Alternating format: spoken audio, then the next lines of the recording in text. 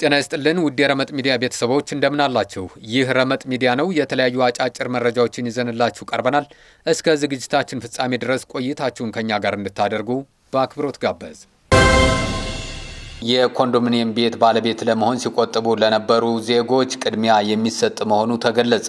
ለ7 ዓመታት እየፈሰሰ ያለውን ነዳጅ መፍትሄ እንዲሰጠው ጥያቄ ቢያቀርብም ምላሽ እንዳልተሰጠው የደቡብ ወሎ ዞን የማዕድን ሀብት ልማት መምሪያ አስታወቀም። ለ7 ዓመታት እየፈሰሰ ያለውን ነዳጅ መፍትሄ እንዲሰጠው ጥያቄ ቢያቀርብም ምላሽ እንዳልተሰጠው የደቡብ ወሎ ዞን የማዕድን ሀብት ልማት መምሪያ አስታወቀም። በደቡብ ወሎ ዞን ለገሄዳ ወረዳ የነዳጅ ክምችት በተፈጥሮ አስገዳጅነት ከከርሰ ምድር በላይ መውጣት ከጀመረ 7 ዓመታት በላይ ቢያስቆጥርም እስካሁን ጥቅም ላይ እንዲውል ባለመደረጉ አሁንም የነዳጁ ድፍድፍ መሬት ላይ እየወጣ ውሃዎችን እየበከለ መሆኑን የደቡብ ወሎ ዞን የማዕድን ሀብት ልማት መምሪያ አስታውቋል። በመምሪያው የማዕድን ስራዎችና ፍቃድ አስተዳደር ቡድን መሪ የሆኑት አቶ ጀማል ኢድሪስ ይህን የነዳጅ ክምችት አዋጭነቱ ተጠንቶ ጥቅም ላይ እንዲውል ለማድረግ በተደጋጋሚ ለማዕድን ሚኒስቴር ጥያቄ ሲያቀርቡ መቆየታቸውን ተናግረዋል። አቶ ጀማል ኢድሪስ በዝርዝሩ እንዳሉት ከዚህ በፊት በወረዳው ያለውን የነዳጅ ክምችት ጥቅም ላይ ለማዋል የተለያዩ ፕሮጀክቶች በግል ተቋማት እና በመንግስት ተቋማት ሲሞከሩ ነበር። እኛም በየጊዜው ጉዳዩ የሚዲያ ሽፋን እንዲያገኝ ስናደርግ ነበር ብለዋል አቶ ጀማል።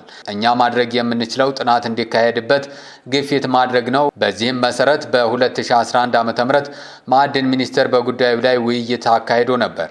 በሰዓቱም ሀብቱ እንዳለ ከመሬት በላይ በምልክት ተጋልጦ እየታየ ስለሆነ ሀገራችን እና የአካባቢው ማህበረሰብ እንዲጠቀም ለማድረግ ጥናት እንዲካሄድ ጥያቄ አቅርበንላቸው ተቀብለውን ነበር። ጥናት ለማካሄድም እቅድ መያዙን ነግረውናል። ከዛን በኋላ ግን ምንም አይነት እንቅስቃሴ እየተደረገ አይደለም ይላሉ አቶ ጀማል። እንደ ዞን አሁን ያለን ሀሳብ ጉዳዩ በተለያዩ ሚዲያዎች ሽፋን እንዲያገኝ ማድረግና ከላይ ያሉት የሚመለከታቸው አካላት ትኩረት ሰጥተው ጥናት እንዲያደርጉ ጫና ማድረግ ነው። እኛ አቅደን የማንሰራው ጉዳይ ስለሆነ ፍላጎትና ሀሳብ ነው ያለን። ምክንያቱም ይህ የመስራት ስልጣን የተሰጠው ማዕድን ሚኒስቴር ነው ብለዋል። ነዳጁ በትክክል ወጥቶ መሬት ላይ እየታየ ነው። በተሰነጠቁ መሬቶች አማካይነት የወጣው ነዳጅ በአካባቢው የሚገኙ ውሃዎችን እየበከለ ነው። በዚህ የነዳጅ ክምችት ላይ ክልሉም ዞኖችም ወረዳዎችም ፍላጎታችን ተመሳሳይ ነው ብለዋል። የለገሄዳ ወረዳ ኮሚኒኬሽን በተደጋጋሚ ትኩረት እንዲሰጠው እየጠየቀ ነው። አመራሮችም በየጊዜው በተገኙበት መድረክ ሁሉ ስለ ጉዳዩ ሳያነሱ አያልፉም። ነገር ግን የሚመለከተው አካል ጥናት እናደርጋለን ብሎ ቃል ከመግባት የዘለለ ነገር አያደርግም። አሁንም ጥያቄውን እያቀረብን ነው ብለዋል። በመሆኑም አሁን ላይ በተሰነጠቀው መሬት ላይ የሚፈሰውን ድፍድፍ የአካባቢው ማህበረሰብ በመውሰድ ለምሽት መብራትነት በኩራዝ በባህላዊ መንገድ እየተጠቀመበት ነው። ይህ ማዕድን ለሀገር ትልቅ ገቢ ቢሆንም ትኩረት ተሰጥቶት እየተሰራ ባለመሆኑ ነዳጁ እየባከነ ነው ብለዋል። ከመሬት በላይ ያለው ወይም የሚታየው ድፍድፍ በጣም ቀጭን አይደለም፣ ግን በጣም ይሸታል። ተቀጣጣይ ነው። ለናሙና ቢሮ ያመጣ ነው አለ። ስናቀጣጥለው በጣም ይቀጣጠላል። ይህን የተፈጥሮ ሀብት ጥቅም ላይ ለማዋል መስራት የሚችለው እና በአዋጅ መብት የተሰጠው ማዕድን ሚኒስቴር ነው። በአቅም ደረጃም ቢታይ ወረዳው አይችልም ብለዋል አቶ ጀማል ኢድሪስ። አቶ ጀማል ኢድሪስ አክለውም ወሎ ዩኒቨርሲቲ ከዚህ በፊት የተለያዩ ባለሙያዎችንና ተማሪዎችን በስፍራው በመውሰድ ምልከታ አድርጎ ማረጋገጡን ገልጸዋል። በወቅቱ ባለሙያዎች አካባቢው በተዳከመ የመሬት መንሸራተት ነዳጁ ወደ ውጭ እንደወጣ ነው ያስረዱት ብለዋል። ነዳጅ ስለመሆኑ የሚያጠራጥር ነገር የለም ሲሉም ቲክቫህ ኢትዮጵያን ጠቅሶ የኔታ ቲዩብ ዘግቧል። የኮንዶሚኒየም ቤት ባለቤት ለመሆን ሲቆጥቡ ለነበሩ ዜጎች ቅድሚያ የሚሰጥ መሆኑ ተገለጸ። በአዲስ ቴክኖሎጂ ይሰራል የተባለው ግንባታ ከ60 እስከ 70 በመቶ የግንባታ ግብአትን ይቀንሳል ተብሏል። ከዚህ ጋር ተያይዞ አንድ አጭር መረጃ ወደ እናንተ እናደርሳለን። አብራችሁን ቆዩ።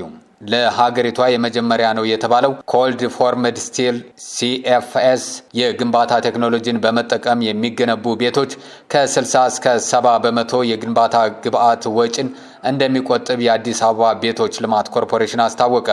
የኮርፖሬሽኑ ዋና ዳይሬክተር ኢንጂነር ቶማስ ደበሌ በመዲናዋ የሚከናወነውን የቤቶች ግንባታ አስመልክተው እንደገለጹት አዲሱን ቴክኖሎጂ በመጠቀም የሚገነቡ ቤቶች ከ60 እስከ 70 በመቶ የግንባታ ግብዓት ወጪን እንደሚቀንስ ተናግረዋል። በመዲናዋ የቤት ልማት ፕሮጀክት ረጅም ዕድሜ ቢኖረውም በመፍጠርና መፍጠን ባለመመራቱ ምክንያት ከተማ አስተዳደሩ ለበርካታ ዕዳ ተዳርጎ እንደነበር አይዘነጋም ሲሉ ዋና ዳይሬክተሩ ገልጸዋል። ከተማ አስተዳደሩ ይህንን ታሪክ ለመቀየርና አሻሽሎ ለመምራት የስራ ባህልን ማሻሻልና ማሳደግ እንዲሁም አዳዲስ የቤት ልማት ቴክኖሎጂዎችን ወደ ሀገር በማስገባት ይገኛል ብለዋል። ለዚህም ከተያዘው ዓመት ጀምሮ በመዲናዋ 100,000 ቤቶችን ለመገንባት ታቅዶ ዘርፈ ብዙ እንቅስቃሴዎች እየተደረጉ እንደሚገኙ ዋና ዳይሬክተሩ ተናግረዋል። በዚህ የቤት ልማት ፕሮጀክት ቀደም ሲል የቤት ባለቤት ለመሆን ገንዘብ ሲቆጥቡ የነበሩ ዜጎችን ቅድሚያ ታሳቢ ለማድረግም መታቀዱን ነው የገለጹት። 100,000 ቤቶችን ለመገንባት ሲታሰብ 50,000ን በመንግስትና በግለሰቦች አጋርነት እንዲሁም 50,000ን በመንግስት አቅም ለመገንባት አስፈላጊ የሚባሉ የቴክኖሎጂ ስራዎች ተሰርተዋል ነው ያሉት። የዲዛይንና የፋይናንስ ስራዎችን በራስ አቅምና ሌሎች አማራጮችን በመጠቀም ግንባታውን ለማከናወን ዝግጅት መደረጉን አመላክተዋል። በተጨማሪም መፍጠርንና መፍጠንን ታሳቢ ያደረገ የከተማ ልማት እንቅስቃሴን ከግብ ለማድረስ ግንባታውን በቴክኖሎጂ የማዘመን ስራ በስፋት እየተከናወነ ነው። ቴክኖሎጂው በዓለም ደረጃ በርካታ ሀገሮች ሲጠቀሙበት የነበረ ቢሆንም በሀገራችን ለየት የሚያደርገው ጥቅም ላይ የዋለው ለመጀመሪያ ጊዜ መሆኑ ተገልጿል። ለሀገራችን የመጀመሪያ የሆነውን ኮልድ ፎርምድ ስቲል CFS የግንባታ ቴክኖሎጂን በመጠቀም 26,000 ቤቶችን ለመገንባት የአዲስ አበባ ከተማ አስተዳደር ከንቲባ የሆኑት ወይዘሮ አዳነች አቤቤ የመሰረት ድንጋይ መጣላቸው ይታወሳል። ውድ ቤተሰቦቻችን ቆይታችሁን ከኛ ጋር ስላደረጋችሁ ከልብ እናመሰግናለን። ጤና ይስጥልን።